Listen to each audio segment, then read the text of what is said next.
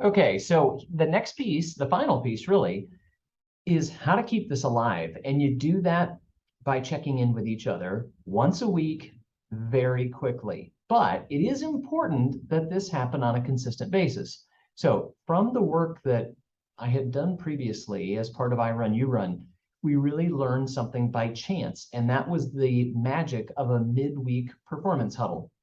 We initially were doing all these check-ins on Mondays, and we learned something that everybody seems to have amnesia on Monday.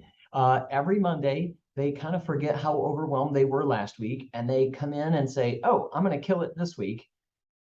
And then by the end of the week, they are run over and they didn't get all their things done, and it's too late to do anything about it. And so it was actually a team at PayPal who was our first team to do this midweek. And it was only because it was a bunch of people from different teams. They all had their own separate Monday meetings and they couldn't get together until Thursday morning.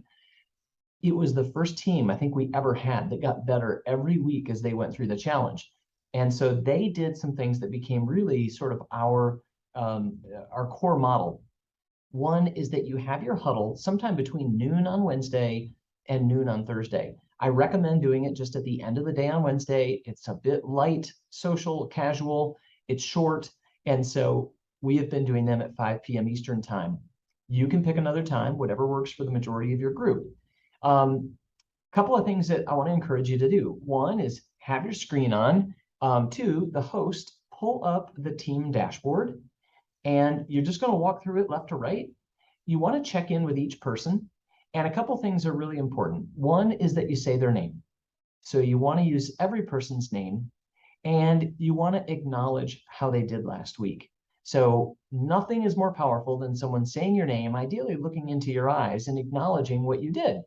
The second thing is, let's say they didn't do so great. Maybe they even got a 0. Well, this is all about support, encouragement, reinforcement. It is not about shame. So this part of accountability has already been done. Accountability is there when I can see what you did. The effort to reinforce it is actually to ask, how can we help you? So it would look something like this. We'd all gather, we'd say, great, welcome to the midweek huddle. Hope everybody's having an awesome week. Let's dive in. I pull up the list and say, okay, Travis, I see that your capacity score was a 22, your production score was 70. What could we do to help you, Travis? It's that simple. Now, you could also say something like, maybe share one thing that worked for you last week and one thing that we could do to help you. We're not going to make Travis feel horrible because he got a 22 or because he got a 15 in production the week before. What's typically happening is the person's busy. In my case, went on vacation. And so the key thing is we want to keep it positive and forward looking. How can we help you? That's a really positive and important phrase. What worked last week and how could we help you? That's another quick way to do it.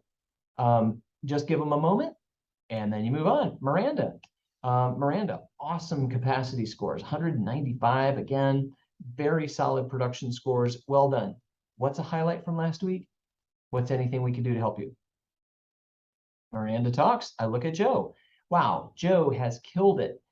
This is what we would call a double triple, 2 triple-digit scores. Now, we don't usually count anything over 100, but the reality is she has exceeded 100 by getting extra reps in on some of her behaviors, which is awesome. The only reason it's lower is because we're still in the middle of this week. That's how you do it. You just flow left to right. If you get to somebody who hasn't scored, in our case, Heather is actually not able to get to this spreadsheet, so we're going to be kind of phoning it in for her. But Shannon might be somebody who'd say, oh, Shannon, actually, I see that you haven't scored yet. It's week 3. How could we help you? Often, all that person needs is just a quick reminder. That's probably help enough. So you're typically going left to right. If you want to, you can leave a little note below their scorecard. That's a nice thing to do. Anybody can do it. And then again, if you haven't done this already, recommend that you bookmark your dashboard. Just click the little star if you're in Chrome, give it a name, throw it in a folder or up here on your bookmarks bar so that it's handy. For example, mine is right here. If you don't remember what IU is, that's short for I Run, You Run. That was the app that a partner and I built a number of years ago to help people. And unfortunately, the technology died, so we ended up moving over to Excel just as kind of a Band-Aid. But turns out to be pretty easy, and especially with being able to share the spreadsheet, we can all see each other's scores and all encourage each other. All right. I hope that is helpful. If you have any questions about how to set up this dashboard, do let me know. And if for some reason it's not working, do let me know. All right. Thanks a lot.